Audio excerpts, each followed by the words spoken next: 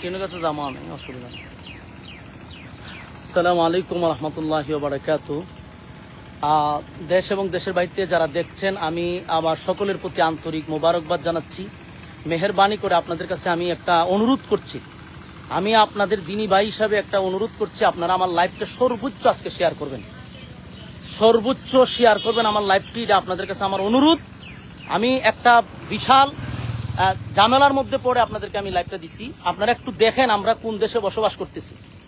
আপনারা দেখেন যারা মানুষের সামনে এসে বলে সাধু সাজে, আমি তাদের মুখোশটা উন্মোচন করার জন্য আজকে লাইভটা দিছি।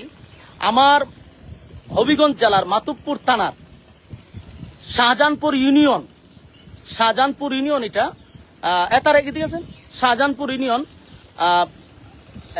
এখানে আপনি দেখেন আমার একটা প্রতিষ্ঠান, আপনারা জানেন যারা আমার পেজটিতে আছেন। আমি আবারও বলছি, অনেকে কমেন্টস করতেছেন, ভাই কমেন্টস করার আগে ভিডিওটা শেয়ার করেন, অত্যন্ত গুরুত্বপূর্ণ। ভিডিওটা শেয়ার করেন, আপনাদের কাছে আমি অনুরোধ করছি লাইভের শুরুতে ভিডিওটা শেয়ার করেন। কিছু মানুষের মুখোশ উন্মোচন করা খুবই দরকার, এজন্য আমি লাইভটা দিচ্ছি। দেখেন আমার মাদ্রাসাটা আমি কতটুক যুদ্ধ করে এই মাদ্রাসাটা করছি আপনাদের জানার বাকি নাই। এই মাদ্রাসা করতে গিয়ে আমি বহু যুদ্ধ এবং 15 দিন 1 মাস পর্যন্ত আমি সংগ্রাম করে এলাকাবাসী নিয়ে আমি মাদ্রাসাটা আমি করছি। এখন এই মাদ্রাসার মাটির প্রয়োজন। আজকে আমরা অনেকদিন ধরে মাটির প্রয়োজন। আমি আমার সামনে মাহফিল আসতেছে, মাটি পালাবো। এই জন্য আমি গতকালকে একজন আমারে মাদ্রাসার জন্য মাটি দিছে।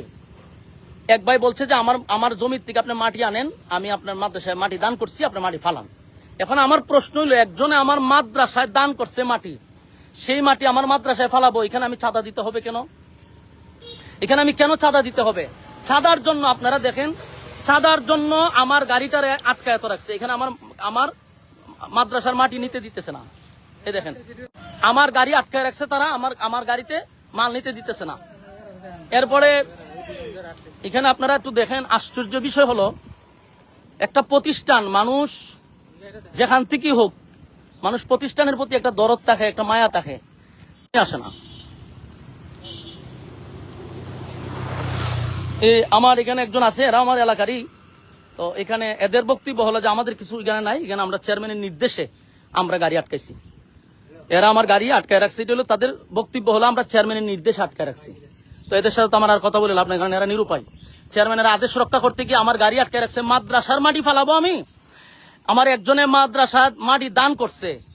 এখন আমরা তো বিভিন্ন জায়গার থেকে, রাস্তাঘাট থেকে চাঁদা নেই, চাঁদাবাজি, তারপরে বিভিন্নভাবে আপনার বিভিন্ন জায়গার থেকে চাঁদাবাজি হচ্ছে, বাজার হাট থেকে যেখান থেকে পারে এখান থেকে এখন ধুম ধারাক্কা চাঁদাবাজি চলতেছে। এখন আমি বাংলাদেশের একটা বড় দলকে বলছি যে আপনাদের এগুলা বিষয়গুলো অবগত থাকা দরকার। আরে ভাই তুই খাস বিভিন্ন জায়গার থেকে খাওয়া অসুবিধা, একটা মাদ্রাসার থেকে তো আমাদের এই জিনিসগুলো বোঝা দরকার। উনি আমার মাদ্রাসার মাটিটা আটকায় রেখে দিছে। আমি ওনারে ফোন দিছি, আমি ওনারে ফোন দেওয়ার পরে কিন্তু লাইভে আসছে। ওনারে আমি কয়েকবার ফোন দিছি, উনি আমার ফোনটা ধরে বলছে যে তোমার সাথে তো আগেরও কথা হয়েছি, তুমি টাকা পয়সা দিলা না কেন? অথচ আগে একবার মাদ্রাসার মাটি ফালাইতে উনাকে আমি 20,000 টাকা চাঁদা দিছি।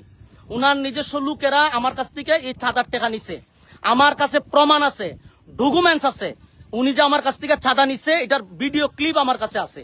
এখন উনি আবার চাঁদার জন্য আমার গাড়িটা আটকায় রেখে দিছে।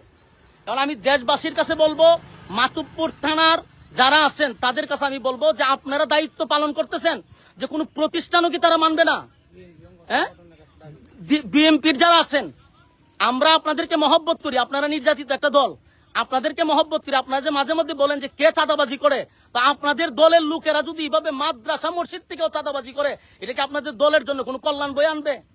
আমারে বলেন, এটা কি বিএমপির জন্য কোনো কল্যাণ হবে? মাদ্রাসা মসজিদ তো মানুষ মানার কথা। আমার মাদ্রাসাটা আমি যুদ্ধ করে মাদ্রাসা করছি, আজকে আমার মাদ্রাসার মাটি ফালাবো?